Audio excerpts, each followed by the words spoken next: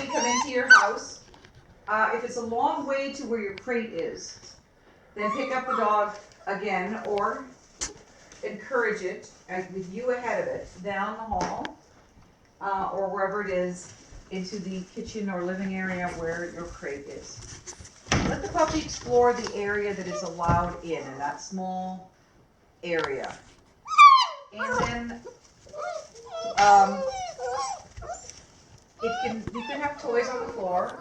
And we'll talk about toys in a moment, but you can have toys on the floor that the puppy can grab a hold of and play with. And then at some point, if the puppy walks into the crate, don't lock him in the crate. Just watch him as he sniffs and recognizes the smells in the crate with the blanket on the bottom. Nothing else goes in there. Don't put a nice fluffy bed or your dog will eat that. Some people have been known to do embroidered quilts and for their puppy. That's just a very sad thing if you do that, because your quilt will be turned into a giant chewable item. So just put the towel down. No newspapers, nothing. You're not encouraging to go to the bathroom, and never put pee pads in the crate, or as far as I'm concerned, don't use them at all. You don't have a little tiny, dog that that is elderly with a bladder problem. That's when you might want to use your pee pads. Now, you have your puppy. You're going to feed your puppy in the crate, but no water, no extra water. The water dish is outside the crate, and the puppy should have access to it, but not after about 7:30 at night.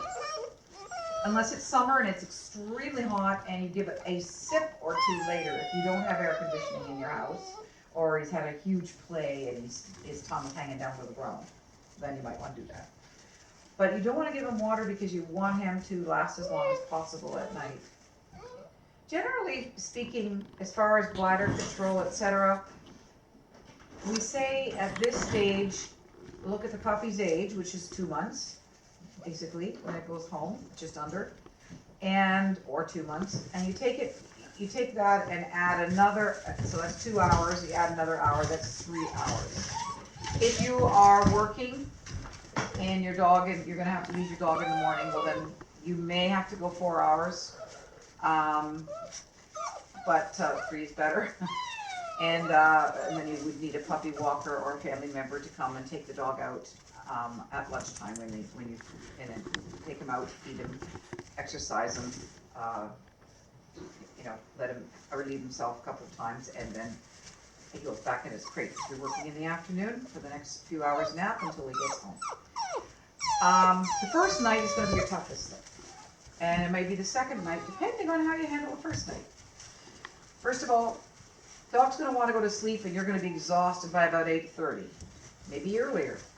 But what happens is, if you let that puppy go to sleep at 8 o'clock or 8:30, his night is over at about 2:30.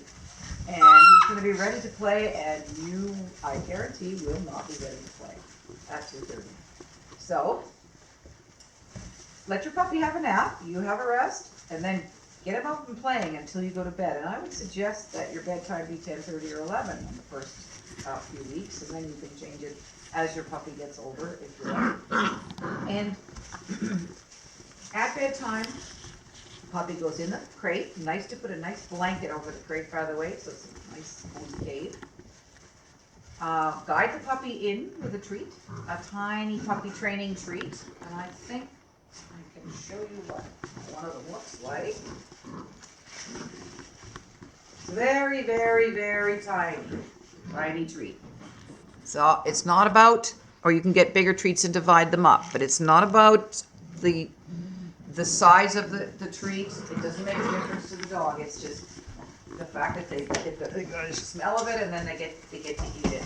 And while they do it, it's good dog, good in your crate, or in you go, or good bedtime. Go to bed. Let's go to bed. You guide the dog in.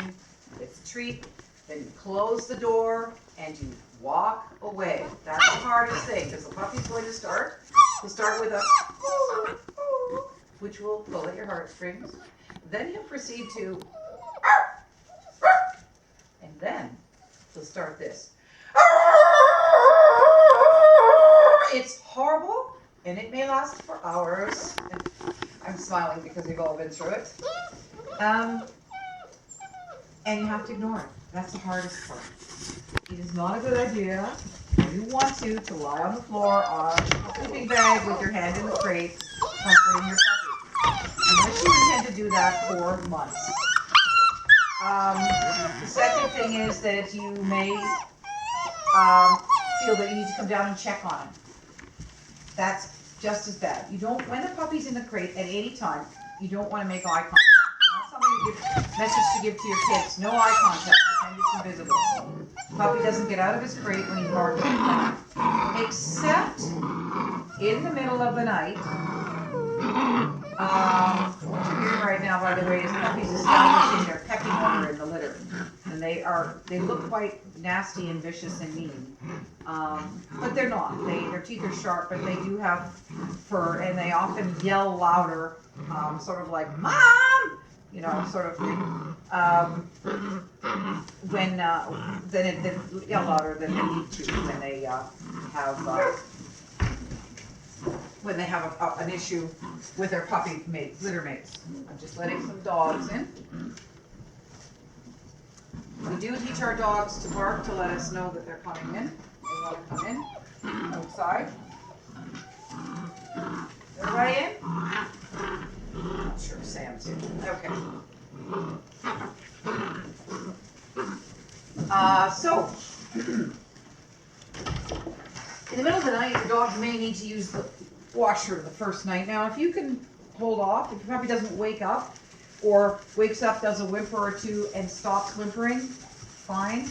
But if your puppy proceeds to sound a little more like something different is happening, and you will get a sense of that, then it might be 3:30 or 4 in the morning. Like you would a baby.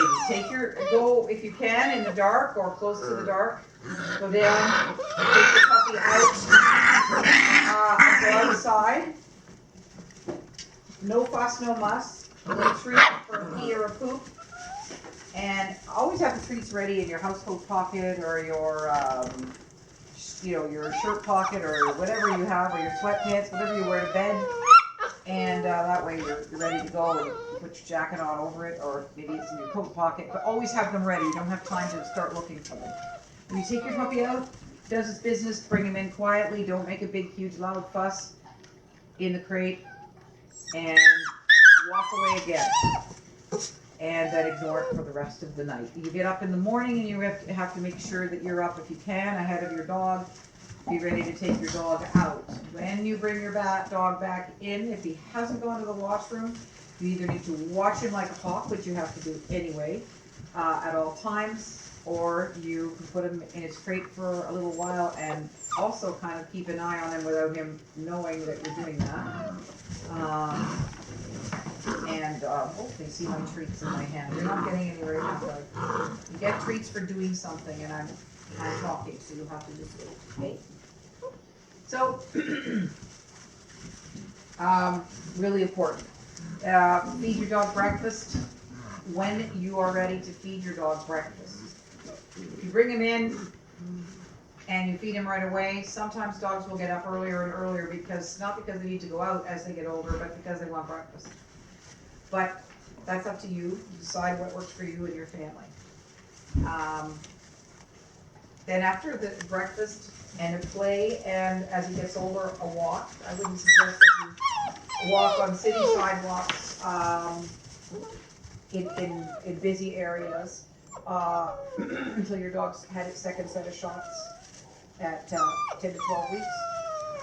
And then it's fine to do that. So the important thing to remember in the first night is, and at any time, is to be consistent with how you want your dog, what you want your dog to do. Don't keep changing your mind. Over the next few months, your dog is in the crate when you can't watch it, or if you are away. So for example, if you get your dog in the summertime, make sure that you have your dog It goes in its crate for say 2 hours in the morning and 2 hours in the afternoon. If you happen to be off work for any reason, or if you are say a teacher, a lot of teachers get their dogs in the summer thinking that's a good idea. The only issue is your dog will have separation anxiety in the fall when you go back to school. It's not been in its crate and have with a routine in the morning and afternoon. I tell people you're keeping an eye on your dog. Watching the dog is a single event. Watching the game on TV or watching your favorite Netflix series or whatever you're doing and watching the puppy are two separate events. Really important. If you're housebreaking your puppy, really important thought here is that when your dog starts to go or is sniffing, the best time to catch your dog in anything that it's doing, good or bad, is about a second before it does it or as it's doing it. So that you can let the puppy know, yes, this is a good thing. Good dog, good puppy, good sit, good down, whatever it is. Or, no, whatever. They don't understand the word no, right? You might have to go no, no, growl, like the mother would do, because mother dogs are wonderful at teaching their puppies. So you do a little no or a little sound to distract the puppy, to get its attention, and you tell it what you show it what you want, redirect it. So if it's chewing on your computer wires, which of course should be all taped up, or something like that, then you can redirect it to a toy.